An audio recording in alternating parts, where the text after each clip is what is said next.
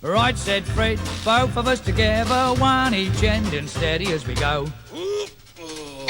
Tried to shift it, couldn't even lift it, we was getting nowhere, and so we had a cup of tea, and right, said Fred, give a shout for Charlie, up comes Charlie from the floor below. After straining, heaving and complaining, we was getting nowhere, and so we had a cup of tea, and Charlie had a think, and he thought we ought to take off all the handles and the things what held the candles, but it did no good. Well, I never thought it would. All right, said Fred, have to take the feet off to get them feet off, wouldn't take a mo. Took its feet off, even took the seat off, should have got us somewhere, but no.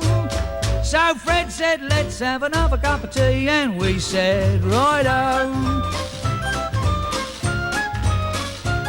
All right, said Fred, have to take the door off, need more space to shift the so-and-so.